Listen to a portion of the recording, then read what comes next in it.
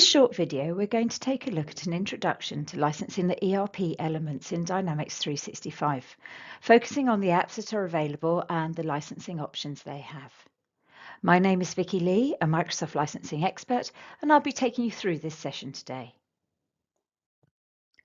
Now, before I start on the ERP apps licensing, I want to point out a useful resource, which is the Dynamics 365 licensing guide that you can see here.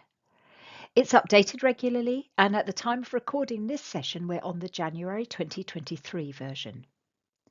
Now, this is a really useful document that I use on a regular basis, and you'll find that it's great to refer to find answers to all sorts of Dynamics 365 licensing questions that you may have.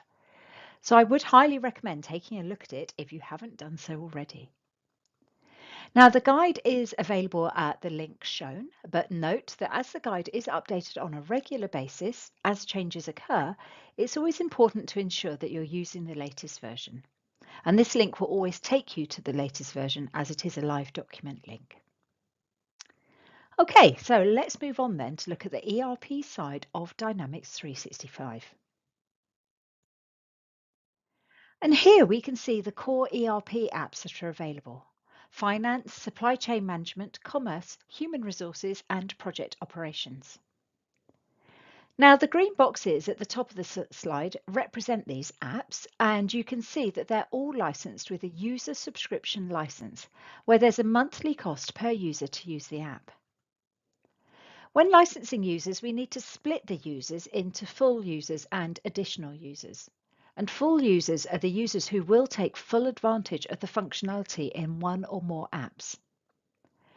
So here you would look at your users, identify which apps they need to use, and assign relevant licenses. For example, someone in finance will likely need a finance license.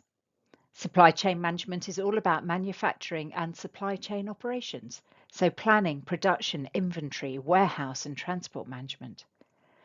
Commerce pertains to an organisation who have a retail presence, perhaps some physical stores, and human resources is for the personnel or HR team. Then we have the licenses aimed at the additional user, those users who do not need to work with the full functionality of the apps, but instead can cope with light access. The operations activity and operations device licenses are there to cover some specific scenarios, which we'll come to in the following slides. And you can see this is the only time where there is a device subscription license available. And then at the bottom, we have the team members license, and this is for people who need light access across the full range of apps shown here. These are likely to be support staff rather than full-time workers in these different professional capacities. And we'll see shortly the rights that a team member's license gives. So with Dynamics 365, you do need to spend time working out the functionality that individual users need to access so that you can license them for the appropriate app or apps that they need to use. Let's take a brief look at licensing for commerce scenarios, and that will help us to see where those extra operations activity and operations device licenses come in.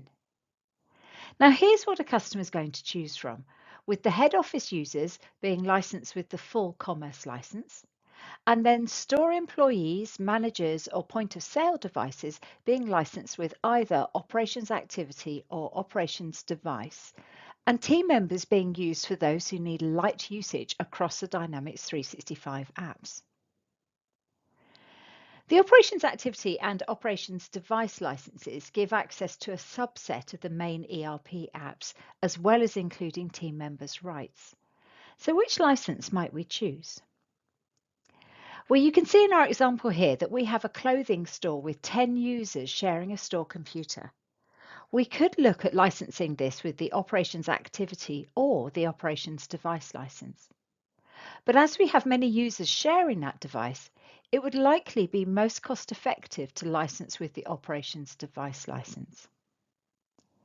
But it is also worth, in that decision-making process, thinking about the scenarios that these licenses are intended for. So let's go into a little bit more detail on the operations device license. And this license is there to support specific device scenarios, including point of sale devices, store manager, shop floor, and warehouse devices. And as we've seen, it's great to use when multiple users are sharing a device, but a license is needed for each device that is shared and is supporting one of these scenarios. The licensing guide does contain detailed information as to the elements of these different device scenarios. So if interested, I would recommend taking a look at that. It's worth noting that with the operations or ERP apps, there are some minimum requirements that do need to be hit to be able to buy the licenses. And it is only the base licenses that have the minimums.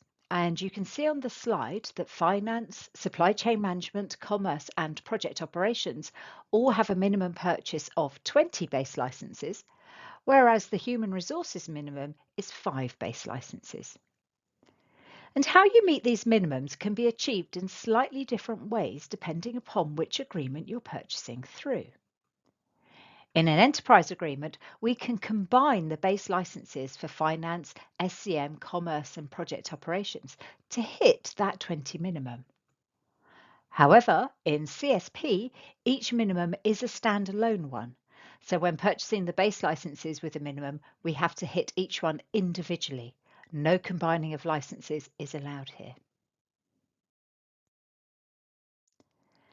Now that we've covered how our full users are licensed, let's think about the additional users. And remember that these are the users who don't need full access to the Dynamics 365 apps, but are consuming data with the need to perform simple tasks. And you would license these users with the team members license. So the team members license allows read access to data across the Dynamics 365 solution, and then gives write, edit, and delete rights in a limited set of scenarios. And these scenarios are detailed in Appendix C of the licensing guide. And there is also room to customize these scenarios for the team member's licensed user, with the rights to have up to 15 custom tables to enable this. So we know that this is a license for people who require basic functionality across the apps, and we can see that it's cost effectively priced at $8 per user per month. So what can users do with the ERP apps? Well, they can read data across all of the apps, and then they have more powers to create or edit or delete in certain scenarios, which you can see listed here on the slide. And note that these scenarios relate to the supply chain management, finance, commerce, human resources, and project operations applications. Now, the Dynamics 365 apps can be heavily customized, but as we have said, the team members module can only be customized with a maximum of 15 additional tables for the pre-approved scenarios. And again, I will refer you to the licensing guide if you wish to see more detail regarding the rights that are included with the team members license. That concludes this short video. Thank you very much for watching. If you require any more information around Dynamics 365, please contact TD SYNNEX.